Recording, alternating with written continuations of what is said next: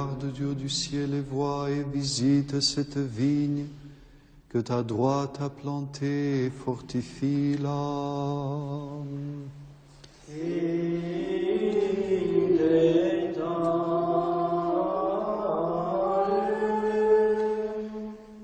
Doamne, Doamne, caută din cer și vezi și cercetează via aceasta pe care a sădit-o dreapta ta și o desăvârșește pre ea.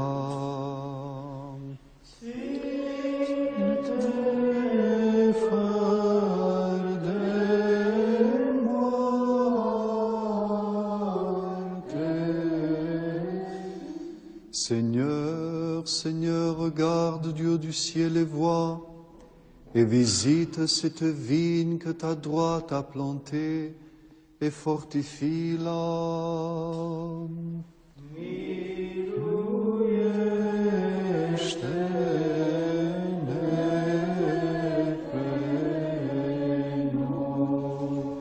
Saint Dieu, Saint fort, Saint immortel, aie pitié de nous. Saint Dieu, Saint fort, Saint immortel, aie pitié de nous.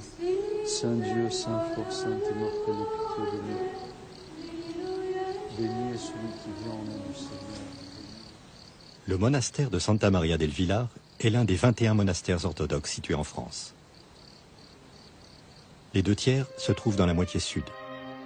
Pour témoigner de la diversité de cette vie monastique, nous nous sommes arrêtés dans 5 d'entre eux.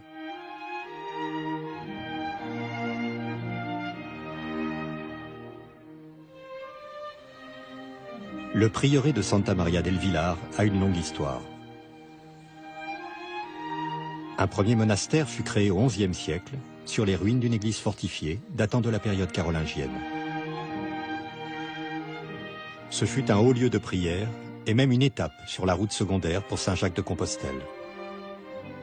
Les augustiniens occupant les lieux étaient hospitaliers et pour les pèlerins, leur croix était un repère visible de loin. Les terres des moines leur furent confisquées au XVIe siècle et ils quittèrent les lieux en 1538. Les bâtiments prirent une vocation agricole, l'église devint une grange, puis une porcherie. S'ensuivit un long hiver de 4 siècles et demi, jusqu'à ce qu'une femme inspirée rachète les lieux.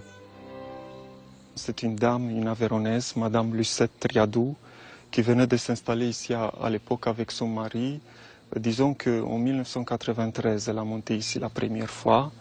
Et dès qu'elle a vu l'église, même si c'était en ruine, ça lui a beaucoup plu. Elle s'est décidée tout de suite avec son mari d'acheter le lieu et d'essayer une restauration. Elle a fondé une association de sauvetage de prieuré Santa Maria del Villar et entourée par des bénévoles, des architectes, des archéologues. À la fin de 2004, le site sera classé monument historique et complètement ouvert au public. Et Madame Lucette, dès qu'elle a vu le site restauré, elle a voulu avoir de nouveau une monastère vivante comme elle était avant. C'est elle-même qui voulait avoir ici des moines. Oui, tout à fait. Oui. C'est pour ça qu'elle s'est adressée à l'évêché de Perpignan, demandant une communauté. Apparemment, faute d'une communauté disponible, elle était dirigée vers nous. Vers les orthodoxes roumains. Oui, tout à fait. Nous faisons partie de la métropole orthodoxe roumaine d'Europe occidentale et méridionale, siégée à Paris. L'ensemble a été restauré avec minutie. Telle cette salle datant de l'époque carolingienne, qui servit de réfectoire aux moines et qui n'était plus que ruine.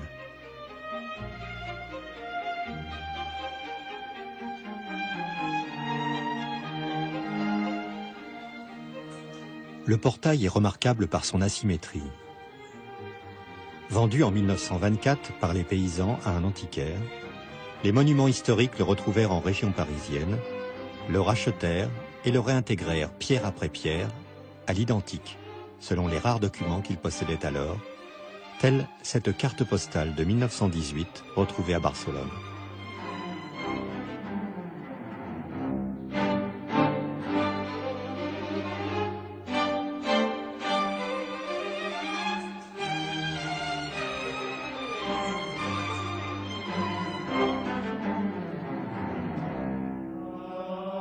Une immense surprise attendait les restaurateurs à l'intérieur de l'église. Quand ils quittèrent les lieux, persuadés qu'ils reviendraient bientôt, les moines recouvrirent les fresques murales d'un enduit afin de les protéger. Ces fresques du XIe siècle auront donc attendu 460 ans avant de retrouver le jour. Bien que très abîmées par endroits, elles trahissent l'influence mozarabe sur les artistes de l'époque, tel ce soleil noir et bas sur l'horizon. Au-dessus du sanctuaire, la signification des scènes est plus clairement perceptible. Tout en haut, l'annonciation faite à la Vierge Marie par l'archange Gabriel. Juste en dessous, une évocation de l'Apocalypse, avec de haut en bas les flots, l'alternance des jours et des nuits, et le monstre multicéphale qui surgira de la mer. Puis des ibis. Celui de droite mange, tandis que l'autre ne fait que boire. Chair et sang du Christ, évocation de l'Eucharistie.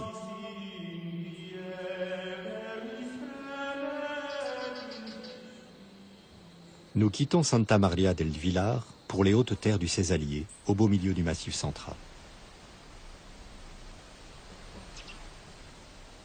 Dans la commune de Marsena, nous retrouvons un monastère appartenant au diocèse du patriarcat de Moscou en France. Il abrite 4 moniales.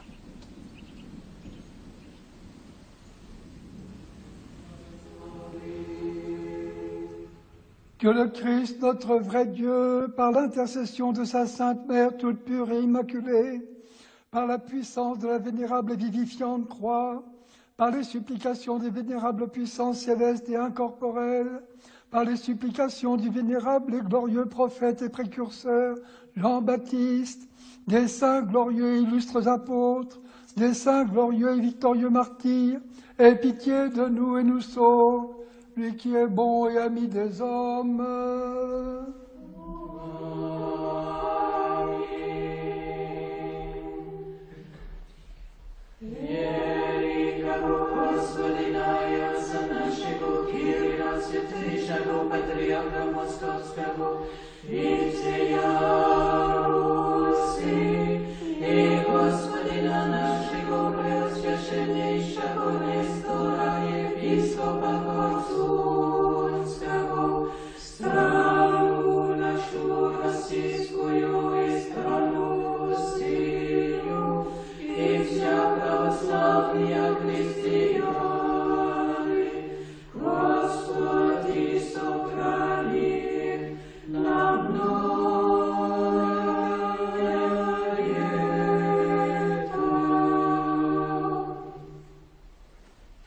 Père Archimandrite Barsoneuf, nous savons que vous êtes à la fois l'higoumène de ce monastère et son fondateur. Et déjà, vous aviez avec vous les sœurs qui y sont maintenant.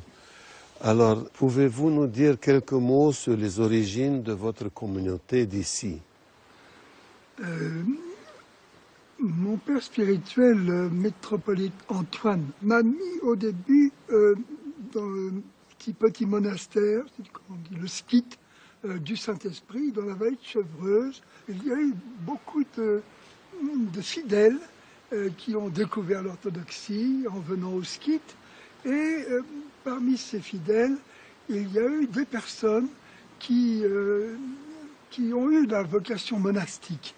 Mais le skit du Saint-Esprit étant un skit d'hommes, ça n'était pas possible de les y accueillir. Et donc, j'ai dû chercher un endroit pour pouvoir fonder un lieu monastique pour ces personnes. Et j'ai été obligé de chercher loin de Paris, d'abord pour rechercher un lieu encore plus propice que le ski, et aussi parce que plus le lieu était loin de la région parisienne, et moins c'était cher. Finalement, à force de chercher, j'ai trouvé ce lieu qui remplissait toutes les conditions. D'abord, c'était une ruine, donc elle a été une bouchée de pain. Et petit à petit, avec les personnes justement qui se destinaient à s'engager dans la voie monastique, eh bien, nous avons remonté ces ruines. Et puis, après ça, de proche en proche, on a fini par construire l'église. Et puis, enfin, on a tout aménagé pour que le lieu soit vivable, malgré sa situation difficile. Perché à 1200 mètres d'altitude, et isolé plusieurs mois par an par une neige que les vents violents accumulent en congère, l'ensemble monastique a dû prévoir de fonctionner en autosuffisance. En 1988, le métropolite Vladimir nous a donné la bénédiction pour la fondation officielle du monastère.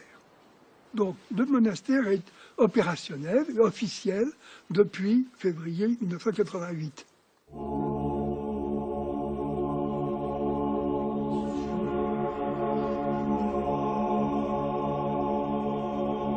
L'église est remarquable par la qualité de son iconographie. On doit la plupart des icônes sur bois au moine Grégoire Krug, qui est un des plus grands iconographes du XXe siècle. Sur la porte centrale de l'iconostase, l'Annonciation, puis des représentations des 4 évangélistes.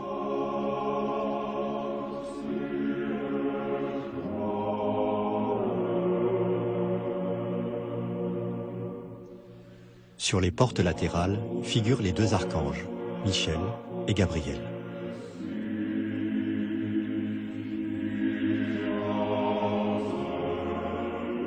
Le Christ de la Déicis trône au-dessus de la porte centrale de l'iconostase, tandis que dans la partie supérieure, la Mère de Dieu est représentée en orante.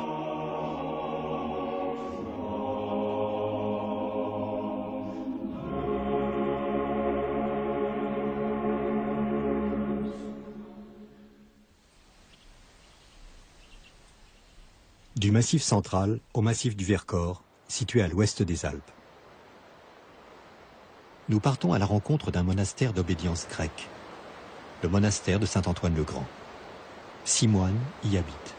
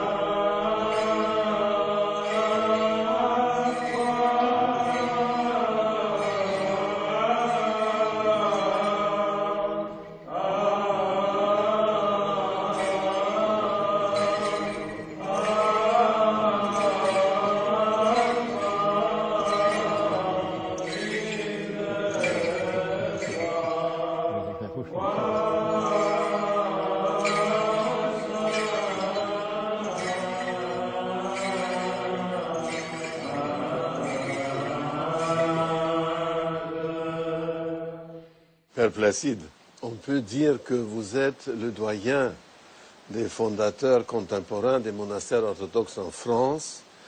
Et nous savons que cette œuvre monastique a commencé ici même, dans le monastère Saint-Antoine, dans le Vercors. Pouvez-vous nous dire quelles étaient les circonstances de cette fondation? Mais il y avait déjà des monastères en France avant nous, n'est-ce pas? Mais évidemment, c'est depuis, nous sommes arrivés ici en 78, et c'est depuis cette époque-là que les monastères se sont multipliés en France. Les circonstances de fondation, eh bien, avec Père Élie, qui est maintenant le père spirituel du monastère de la Transfiguration en Dordogne, et Père Séraphin, qui maintenant est ermite dans l'île de Porquerolles, nous étions au monastère de Simonos Petra, au Mont Athos. Mais le père higoumène du Mont Athos a pensé que justement, étant donné le développement de l'orthodoxie en France, il serait bon que les monastères se multiplient aussi un petit peu en France. Et donc, il nous a demandé de revenir en France pour fonder des monastères qui seraient des dépendances du monastère de Simonos Petra. Les monastères du Mont Athos ont plus de 1000 ans d'existence, n'est-ce pas? C'est bien qu'on a une grande tradition derrière nous et quand nous avons besoin d'un conseil, ça, aussitôt le père higoumène de Simonos Petra est prêt à nous aider, à nous guider. L'ensemble est construit sur le modèle architectural des monastères grecs du Mont Athos. Au cœur, nous trouvons l'église. Sur la partie droite, le lieu de vie des moines abrite cellules et réfectoires.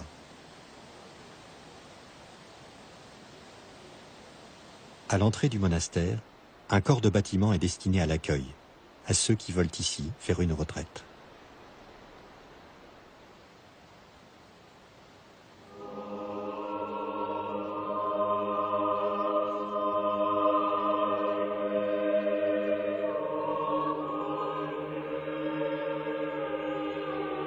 L'église est impressionnante par la grandeur et la qualité de son iconographie. Elle a été peinte par Yaroslav et Galina Dobrinin, qui comptent parmi les meilleurs iconographes contemporains de Russie.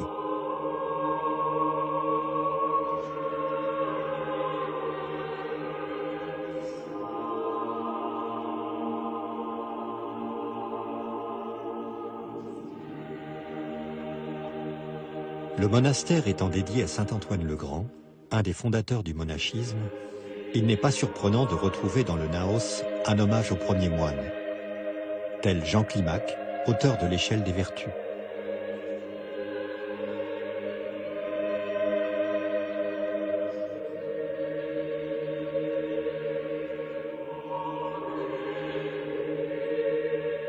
Les fresques couvrent une surface d'environ 600 mètres carrés, ce qui représente un ensemble très rare en Europe occidentale. Toute l'église est peinte, y compris le pronaos à l'entrée. On y trouve une immense fresque évoquant l'Apocalypse de Jean, avec en son cœur l'agneau christique.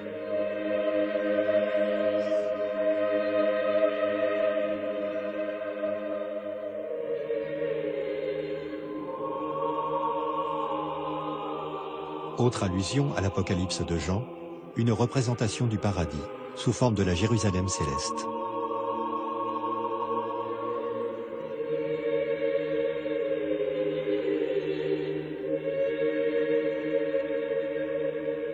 À côté, une autre peinture évoque les 6 jours de la création du monde.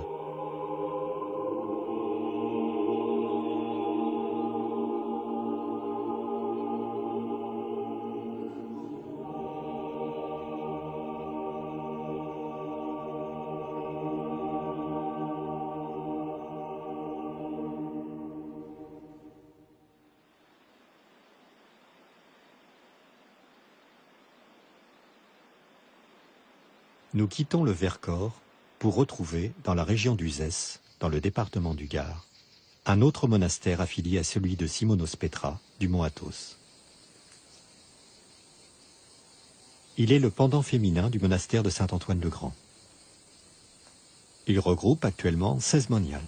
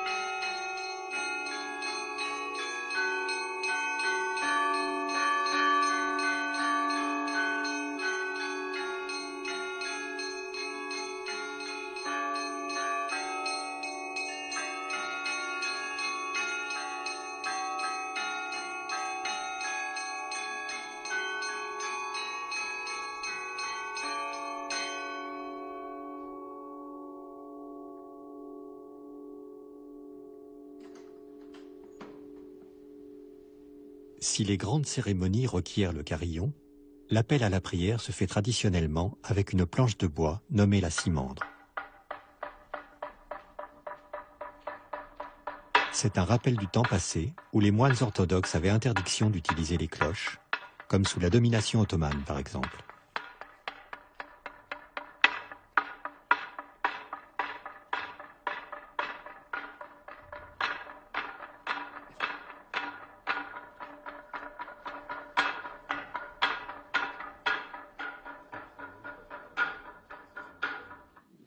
Accomplissons notre prière du soir au Seigneur. Secours-nous, sauve-nous et pitié de nous et garde-nous, ô Dieu, par ta grâce. Demandons au Seigneur que toute cette soirée soit parfaite, sainte, paisible et sans péché. Accorde-le, Seigneur.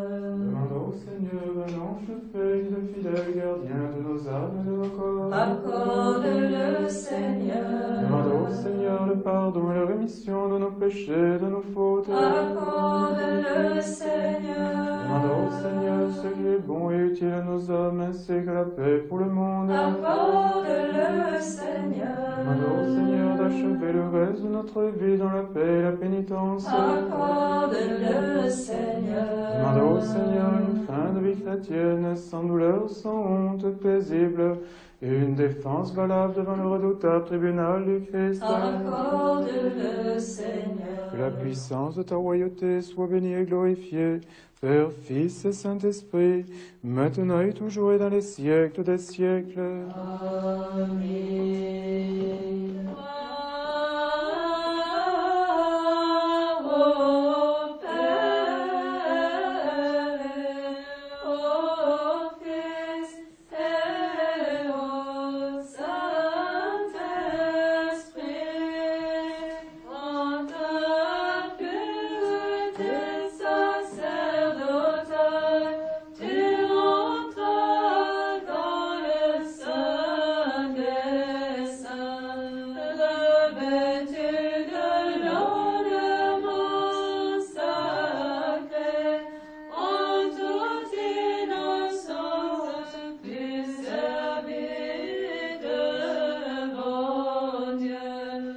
Mère Ipandia, nous sommes ici dans votre monastère. Il est intéressant de connaître un peu l'histoire de la fondation de ce monastère et peut-être aussi de savoir d'où viennent les membres de votre communauté, les sœurs qui vivent ici. Notre monastère est en lien vraiment de manière très très étroite avec celui du Père Placide, de Saint-Antoine le Grand. Au départ, il y avait le Père Placide avec Père Séraphin qui s'y sont établis. Et les premiers novices qui se sont présentés, finalement, c'était des femmes. Ils n'avaient pas du tout l'intention de fonder un monastère féminin, mais ce sont la force des choses, 3 femmes qui venaient, qui frappaient à la porte avec insistance pour que le Père Placide soit leur père spirituel et en même temps qu'elles puissent commencer une vie monastique auprès de lui. À partir de là, les choses ont pu se mettre en place. Les moines ont été très hospitaliers. Ils ont cédé une partie du monastère aux sœurs au début, mais évidemment, c'était quelque chose qui ne pouvait pas durer trop longtemps, malgré tout. Et leur souhait était finalement de trouver un lieu où la communauté puisse s'installer, mais également avec un petit peu de terre attenante.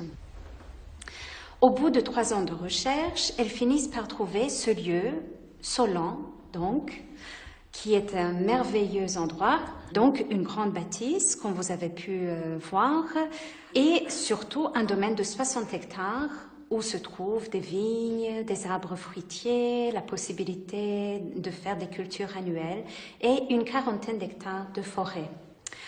Alors, nous voilà arrivés ici à Solan, où il fallait transformer tous les bâtiments anciens qui n'étaient pas du tout habitables, en faire donc des lieux qui allaient pouvoir accueillir la communauté.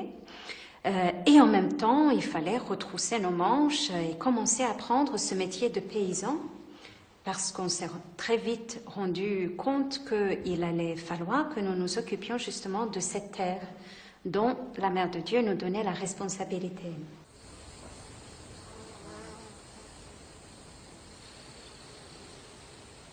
Père Théotokis, vous êtes moine du Mont Athos et plus particulièrement moine de Simonopetra, du grand monastère.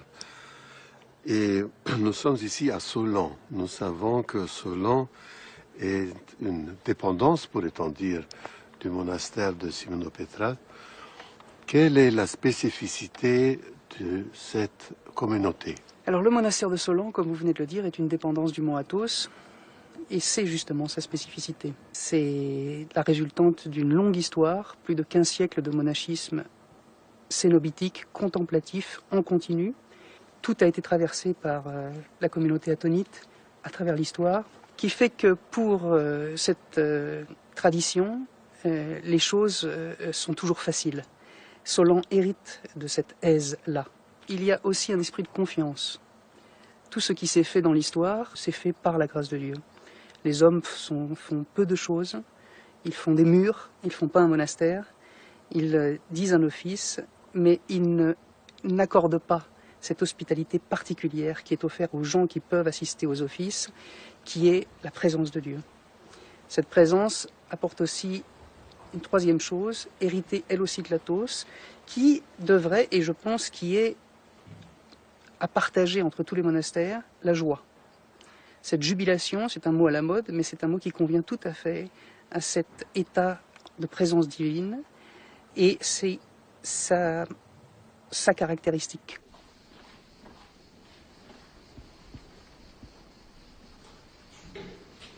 Il est un autre monastère créé par un ancien moine du Mont Athos, le Père Élie. C'est dans l'est de la Dordogne, non loin de Brive, dans la commune de Terrasson, que celui-ci a fondé une communauté. Simoniales y vivent.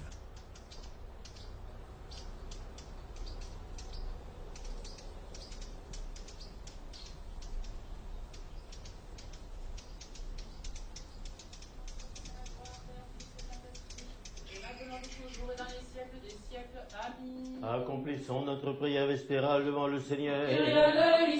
Secours-nous, sauve-nous et pitié de nous et garde-nous, ô Dieu, par ta grâce. Demandons au Seigneur que ce soir tout entier soit parfait, saint, paisible et sans péché. Demandons au Seigneur un ange de paix, guide fidèle, gardien de nos âmes et de nos corps. Demandons au Seigneur le pardon et la rémission de nos péchés et de nos transgressions. Demandons au Seigneur ce qui est bon et profitable à nos âmes et la paix pour le monde. Demandons au Seigneur d'achever le temps restant de notre vie dans la paix et le repentir. Demandons au Seigneur que notre vie ait une fin chrétienne sans angoissante, paisible, et que nos sentences favorables nous soient rendues au redoutable tribunal du Christ.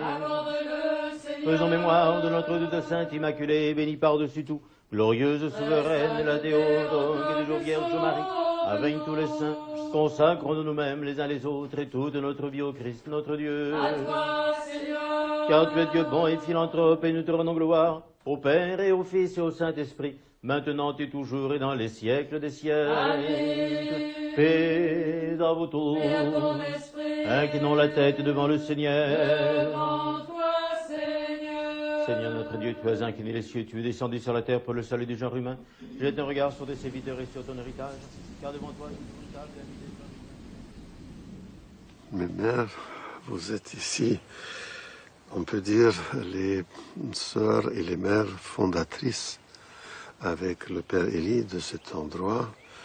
Et avant de parler de votre vie communautaire, il est peut-être bon de savoir quelques éléments de l'origine de cet endroit.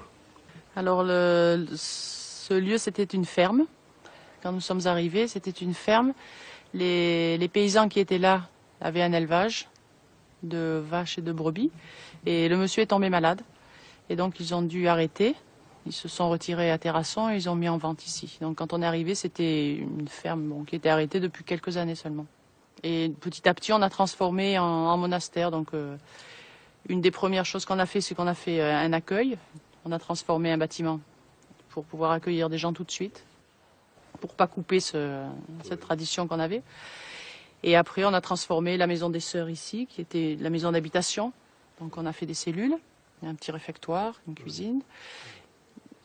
Le pigeonnier, là-bas, on a fait une chapelle. C'est aussi une des premières choses qu'on a fait, bien sûr.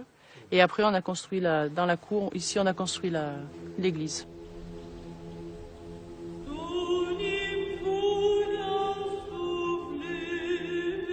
Bénéficiant de locaux préexistants, le monastère de Terrasson présente ainsi une architecture éclatée.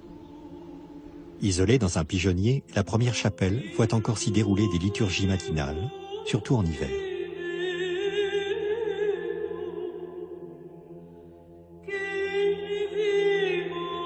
Non loin, un autre pigeonnier a été converti en une bibliothèque très riche d'ouvrages religieux.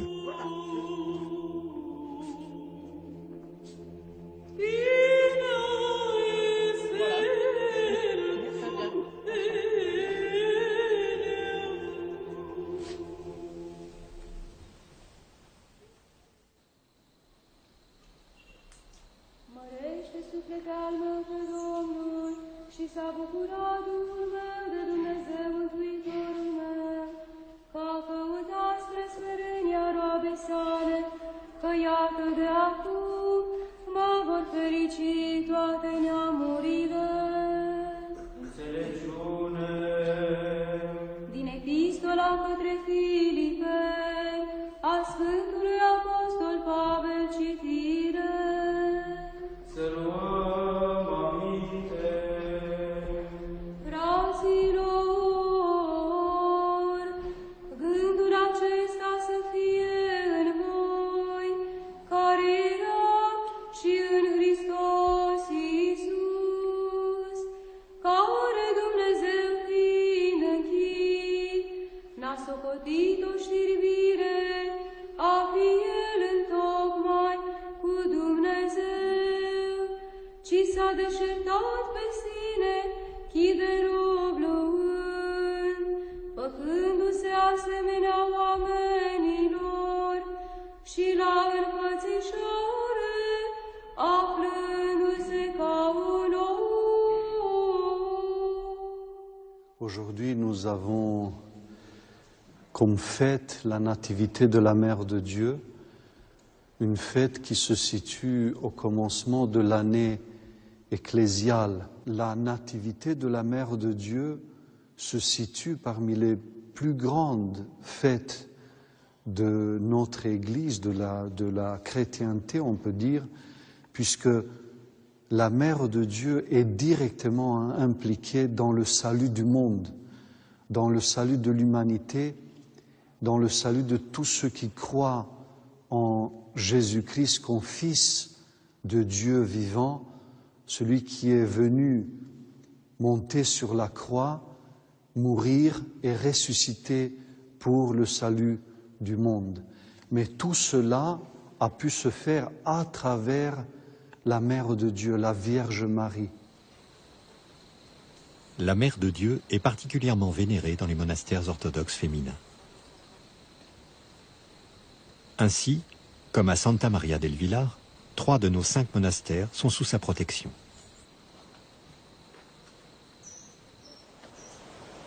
À Marcenat, le père fondateur s'est référé à une icône particulière. L'icône elle-même, comme vous le savez, représente la Mère de Dieu en orante, n'est-ce pas? Les bras étendus, levés vers le ciel, dans le geste de la prière. Le Christ est représenté en quelque sorte à l'intérieur de la Mère de Dieu.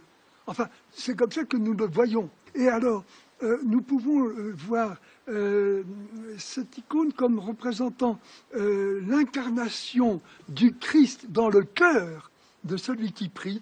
Oui, n'est-ce oui, pas? La Mère de Dieu étant le modèle de celui qui prie, et la prière ouvrant le cœur à la présence du Christ. C'est un petit peu cela qui m'a fait choisir cette icône, parce que je voulais que ce soit une icône de la Mère de Dieu. D'abord, je voulais que ce soit une icône. Et je voulais que ce soit une icône de la Mère de Dieu. Et je voulais que ce soit celle-là pour la raison que je viens de dire. Le monastère de Solan est lui aussi dédié à la Sainte Vierge. Pour ce qui est de la consécration du monastère à la protection de la Mère de Dieu, les premières sœurs ont décidé de consacrer le monastère à cette si jolie fête. C'est parce que 2 des sœurs qui sont arrivées parmi les premières pour constituer la communauté sont arrivés avec une toute petite relique du voile de la Mère de Dieu qui provenait de l'évêque de Chartres qui le leur avait remis. Et c'est ainsi que nous y avons vu le signe que vraiment la Mère de Dieu voulait prendre notre communauté sous sa protection.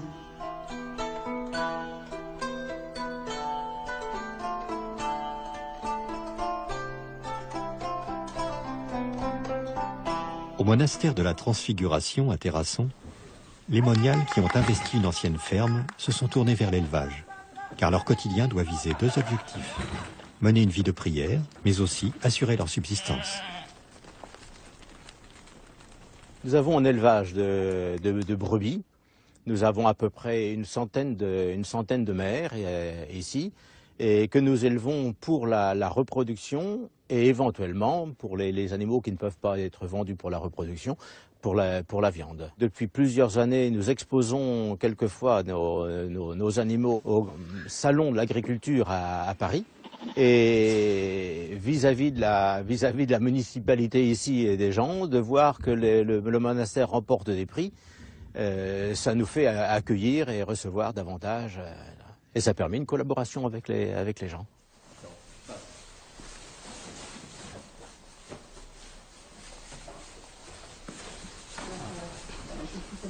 Non, je prie. Oui, bon, là, au moins pour le début, qu'il ait au moins la force de bien téter. Oui, qu'il démarre dans de bonnes conditions. Bon, vous êtes mis. Viens ici. Viens.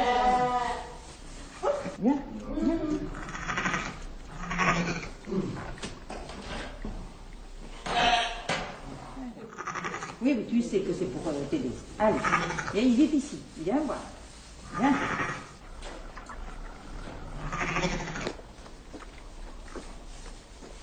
À 5 heures, nous nous réunissons toutes dans l'église. Alors, on sonne déjà une première cloche une demi-heure avant l'office pour, disons, dire aux uns et aux autres que dans une demi-heure, il va y avoir les... C'est-à-dire, une demi-heure plus tard, c'est à 4h30 de la nuit. Voilà, on sonne la cloche. Et on se lève. Et on se lève. On est déjà levé. Normalement, on est déjà levé. Mon Dieu. Voilà. Oui. Voilà. Et puis, donc, à 5 heures, tout le monde est à l'église pour d'abord l'office de minuit et les matines. Les matines, les laudes et certains jours, la divine liturgie. Après, nous nous reposons pendant 1 heure à peu près et la vie... alors matériel commence et ensuite avant le repas à midi moins le quart nous avons les heures donc tierce et sexte que nous disons avant le repas. Nous avons le repas en commun.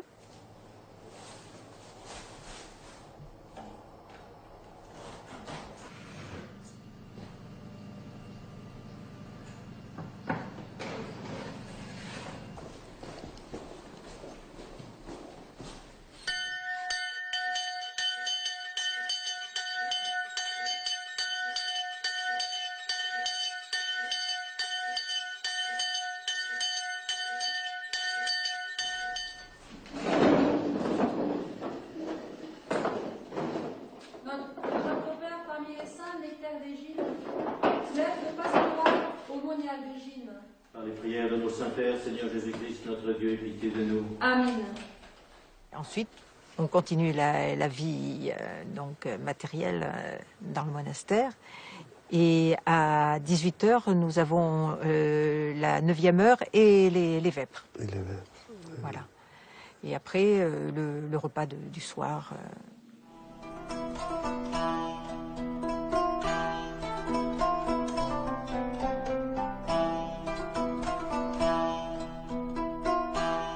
Le monastère de Solan a lui aussi choisi de faire fructifier la terre.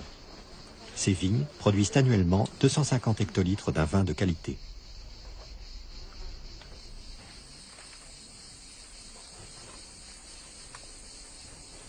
Quand on est arrivé ici, on cherchait d'abord un lieu pour construire un monastère, un bâtiment en premier lieu. Il se posait aussi dans un deuxième temps la question de notre subsistance, avec quoi nous allions vivre. Il se trouvait que le bâtiment qu'on a trouvé était entouré par un domaine de 60 hectares d'un seul tenant, ce qui est assez rare par ici, et où il y avait beaucoup de vignes et aussi des arbres fruitiers. Donc, quand on a vu le domaine et qu'on a vu la vigne, on s'est dit, tiens, on cherche un travail, la vigne est là, et pourquoi pas? Et on sait que traditionnellement, les moines ont souvent été des agriculteurs et qu'ici en France, d'ailleurs, la tradition viticole, elle est très liée à la tradition monastique, cistercienne, etc.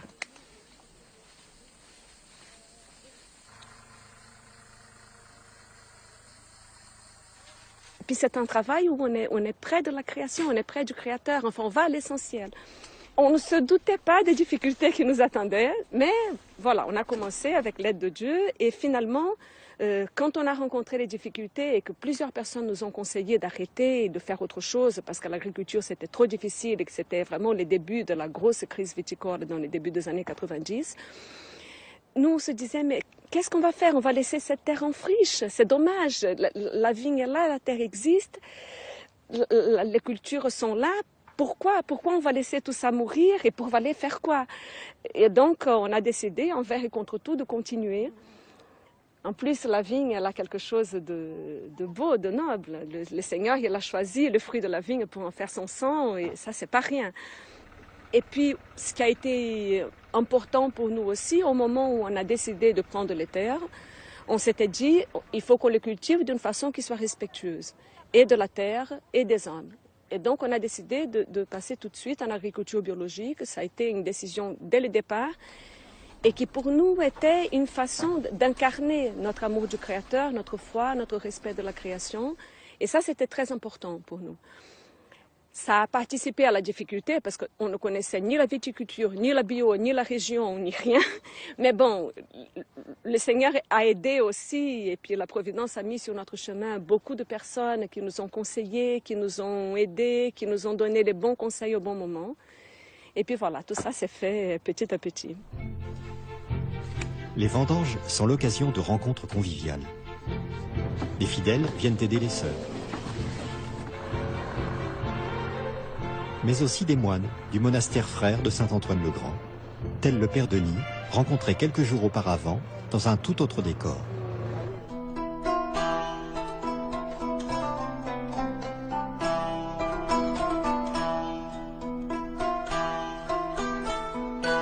Saint-Antoine-le-Grand tire une partie de ses ressources de l'édition d'ouvrages religieux.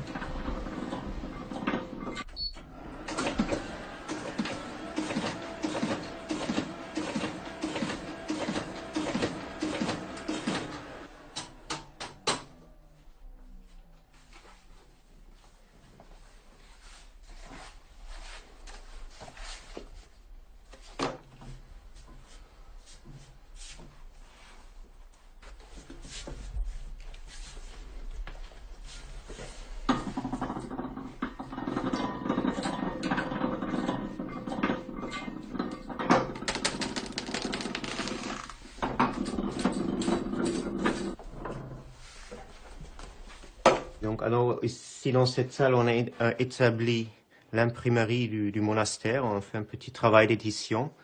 Ce sont surtout des fascicules que vous voyez que je fasse ici, que je suis en train de faire ici. Sur l'imprimante, ensuite l'agrafage, l'assemblage, l'agrafage et le massicotage ici, hein, pour finir. Et l'auteur principal de ces œuvres, c'est, on peut dire, le père Placide. Oui, ce sont principalement des articles et des conférences qu'il a fait, qui a tenu quelque part et qu'il a même pu retravailler et qu'on publie ainsi. Oui, il y a 2 ou 3 autres auteurs qui ont laissé un petit texte ainsi aussi, mais c'est principalement Père Placide.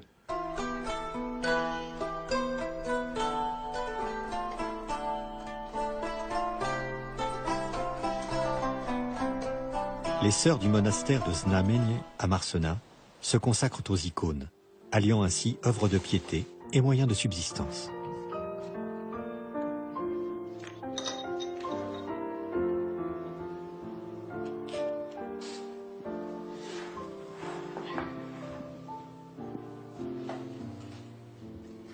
Mère Tatiana, vous êtes en train d'utiliser la technique de la pyrogravure. Comment avez-vous trouvé cette technique? Ah ben c'est le père Barsanuf qui nous a branchés là-dessus depuis très longtemps. C'est une façon de faire des icônes qui sont un peu moins compliquées que celles qui sont en peinture et qui sont peut-être plus vite faites et plus faciles. Vous n'utilisez pas de couleur? Non, on n'utilise pas de couleur, c'est le bois qui est brûlé, c'est-à-dire qu'on fait le dessin de l'icône. Et après, il faut seulement, avec la brûlure du bois, essayer de faire d'abord le dessin des contours et ensuite les ombres en brûlant comme ça les surfaces. Et en fait, c'est à l'inverse de la peinture d'icône. On brûle les ombres, on laisse ce qui devrait être les couleurs claires en bois naturel. Voilà, j'ai appliqué les premières couches et maintenant je mets les premières lumières. Les premières lumières blanches et après je remettrai des voiles. Donc, est-ce qu'il faut penser que c'est un principe de l'iconographie de commencer par les couleurs plutôt sombres? Voilà, exactement. On commence à poser les couleurs de fond qui sont généralement plus sombres, et après on met des lumières blanches, sauf pour le vêtement de la Mère de Dieu, que l'on recouvre après avec d'autres voiles de la couleur du fond, pour faire la transparence. J'ai incité les moniales, les unes après les autres, n'est-ce pas, à s'initier. Il y en a plusieurs qui n'avaient jamais tenu un crayon de leur vie, qui ne savaient pas du tout ce que c'était. Eh bien, elles ont commencé par la base, et puis, petit à petit, et maintenant, elles font des icônes qui sont parfaitement canoniques, et sur le plan technique, qui sont tout à fait excellentes, n'est-ce pas? Elles ont un certain rayonnement dans un milieu restreint, d'accord, mais quand même, elles ont un rayonnement... Et puis alors, il y a beaucoup de visiteurs qui leur commandent des icônes. Et finalement, on peut dire qu'elles vivent de ça, des commandes d'icônes. Parce que même des non-orthodoxes, ou des religieuses catholiques, des communautés qui commandent des icônes, ou dernièrement, la cathédrale de Brioude qui a commandé une grande icône de Saint-Junien, qui est le saint patron de la cathédrale. Voilà, des gens qui passent des commandes comme ça, vous comprenez? Et ça fait vivre le monastère.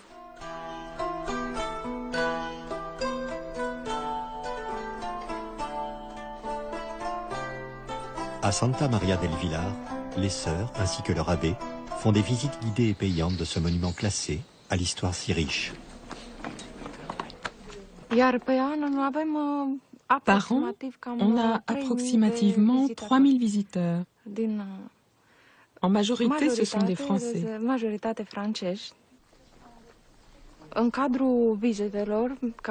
Dans le cadre des visites guidées qui se font ici chez nous,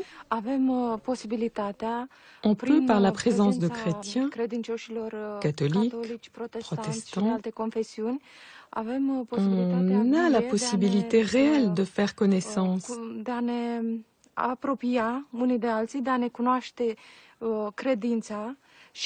Et surtout, nous pouvons leur présenter la foi orthodoxe.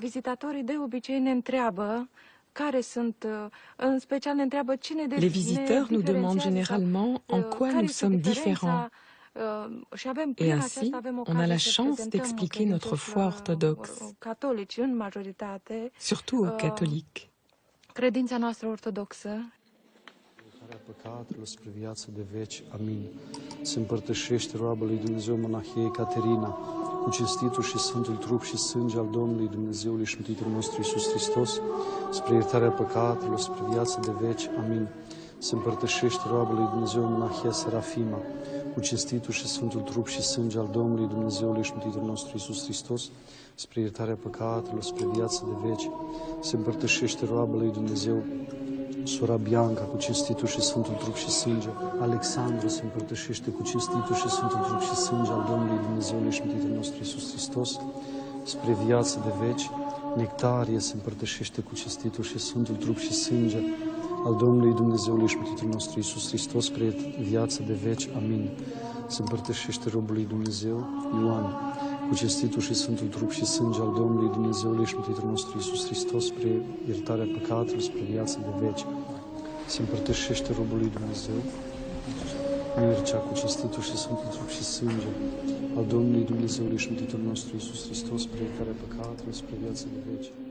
En tant que moine, j'aime beaucoup le monastère comme endroit où des personnes, des chrétiens, se rassemblent pour la vie communautaire et la vie de prière. Je me rappelle toujours les paroles de Saint Paul qui dit « Notre vie est cachée avec le Christ en Dieu ». Ça veut dire que la première, disons, tâche du moine, c'est la discrétion et par la suite la prière. Donc il vit dans le monde sans être du monde, il vit dans ce monde et il prie pour ce monde. La vie communautaire inspire. Nous connaissons très bien la crise du monde actuel, la crise de la famille, la crise de la société, le fait que nous vivons ensemble souvent d'une manière très superficielle. Et dans une communauté monastique, on essaie de ne pas vivre d'une manière communautaire superficielle.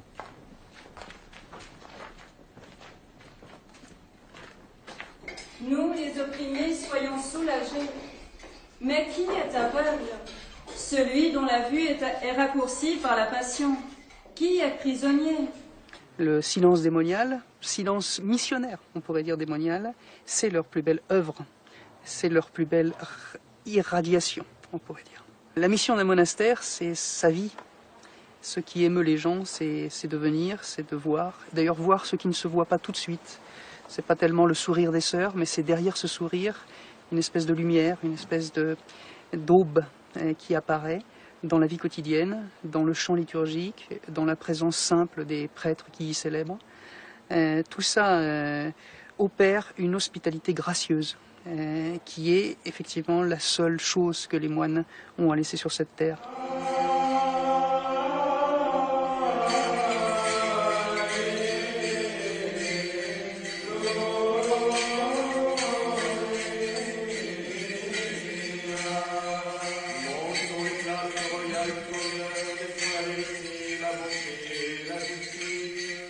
L'esprit de cette conception de la vie monastique, c'est avant tout l'ouverture. Ce qui est particulier à la situation de moine ou de monial, c'est que le moine reste dans son monastère. Alors, la question est là, être le plus ouvert possible, sans sortir à la rencontre des autres.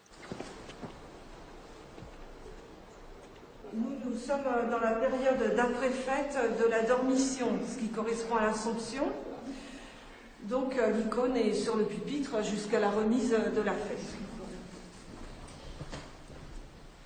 La fuite du monde est essentiellement un état d'esprit, à ne pas s'attacher à ce monde. Mais comment dire, historiquement parlant, humainement parlant, si on essaie de fuir le monde pour s'attacher à Dieu et à Dieu seul, en même temps, et dans l'idéal, cette fuite du monde nous devrait amener le moine au cœur du monde, au cœur de l'esprit du monde. Et c'est comme ça que s'il y a un attachement à Dieu uniquement, en même temps, il y a une communion avec tous les hommes, et la vie du moine consiste justement à sentir et à expérimenter cette communion au cœur même du monde, avec toutes les personnes qui constituent ce monde. Notre vocation n'est pas une vocation de missionnaire. C'est le Saint-Esprit, lui, qui est missionnaire dans l'Église et qui attire les personnes. Nous, je vous assure vraiment que nous n'y sommes pour rien. Et pour nous, c'est un mode d'action de grâce, si vous voulez. Parce que ce que la théologie de l'Église dit, que c'est le Saint-Esprit qui est missionnaire dans l'Église, là, nous l'expérimentons concrètement. Pour obtenir au mieux immaculé la divine illumination du Fils de Dieu, qui merveilleusement s'est incarné dans ton sein.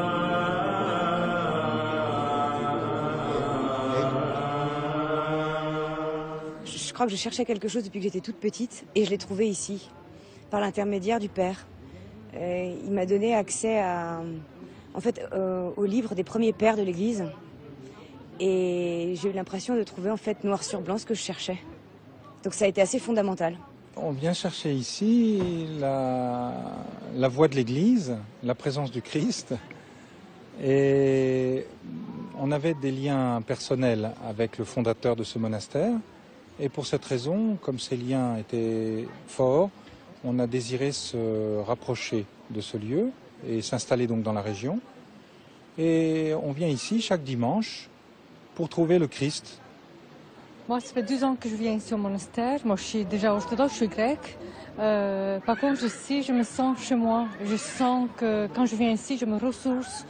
Et donc, aussi avec Père Placide, c'est notre igumène.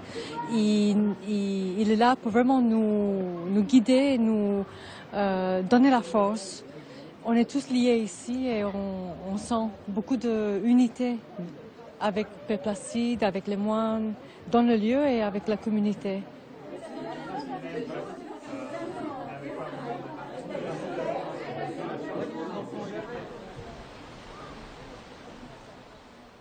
Bien sûr que souvent le moine assure une pérennité liturgique, c'est-à-dire une authenticité liturgique, la transmission d'une tradition liturgique ancienne qui, on s'est rendu compte à travers les monastères, s'est perpétuée jusqu'à nous. Et donc nous comptons beaucoup sur cette transmission à travers les monastères.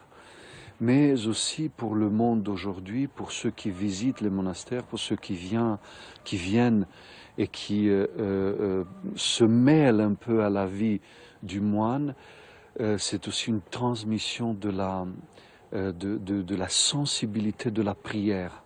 Je peux dire qu'il y a aussi un échange entre le moine et le monde à travers le chrétien qui visite, qui oublie un peu tous les soucis du monde. Par l'accueil. Par l'accueil, oui, par l'accueil du monde dans le monastère pour le retour dans le monde de celui qui vient et voit.